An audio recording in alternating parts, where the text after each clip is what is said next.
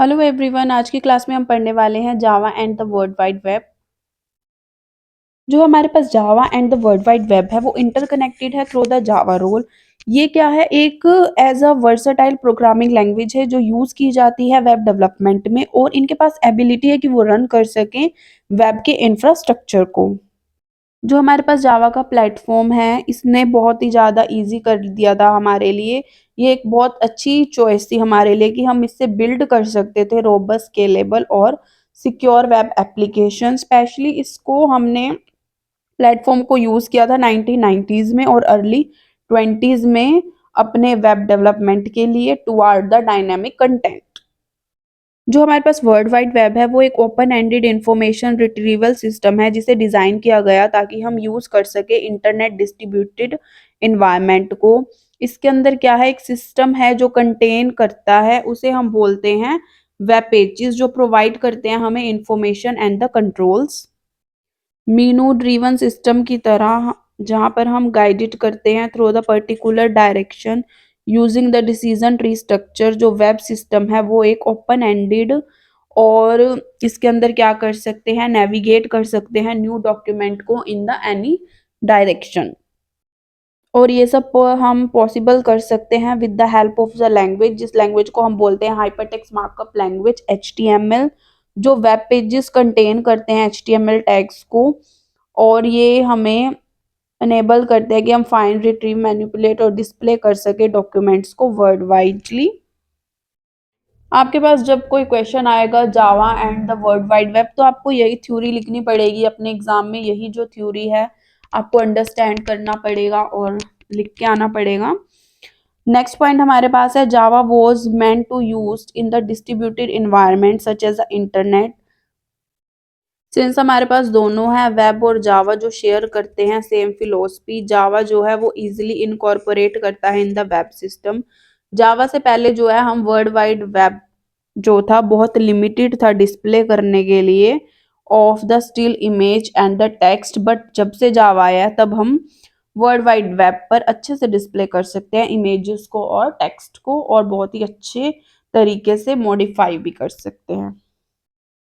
Web pages के अंदर जावा जो है हमें सपोर्ट करती है क्योंकि ये कैपेबल है सपोर्टिंग में एनिमेशन की, ग्राफिक्स की, गेम्स की और wide range of special effects की। With the support of Java जो वेब है वो पहले के कंपैरिजन में अब बहुत ज़्यादा इंटरैक्टिव और डायनामिक बन चुका है। On the other hand, with the support of the web हम जो है रन कर सकते हैं जावा प्रोग्राम को on the someone else computer across the internet. और जो जावा कम्युनिकेट करता है वेब पेजेस के साथ थ्रू द स्पेशल टैग, उसे हम बोलते हैं एप्लेट्स। नेक्स्ट हमारे पास ये डायग्राम है जिसके अंदर जो जावा है वो इंटरेक्ट कर रही है वेब के साथ। इसमें हमारे पास दिखाया गया एक यूजर कंप्यूटर, एक रिमोट कंप्यूटर। यहाँ पर हमारे पास जो यूजर कंप्यूटर है वो कंप्यूटर है जिसे यूजर यूज कर रहा है। इसके अंदर हमारे पास बाइट कोड है, जावा है विद द ब्राउजर, और ये हमें आउटपुट प्रोवाइड करता है। और रिमोट कंप्यूटर के अंदर हमारे पास एप्लेट सोर्स कोड है, बाइट कोड है, एप्लेट टैग्स है, HTML टैग्स है, वेब सर्वर है। तो यहाँ पर क्या होता है, जो एप्लेट टैग्स HTML डॉक्यूमेंट्स हैं वो ब्राउजर में आते हैं जावा के, और वहां से जो है हम अपनी आउटपुट ले सकते हैं, जिस तरह से हमने जो सर्च किया वो हमें देखने को मिलता है। तो ये जो हमने डायग्राम देखा था इसका पूरा डिस्क्रिप्शन जो है ये अब मैं आपको बताती हूँ।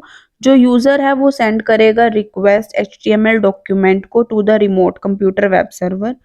जो वेब सर्वर है वो एक प्रोग्राम है जो एक्सेप्ट करता है रिक्वेस्ट को, प्रोसेस करता है उसे और सेंड करता है रिक्वायर्ड डॉक्यूमेंट को।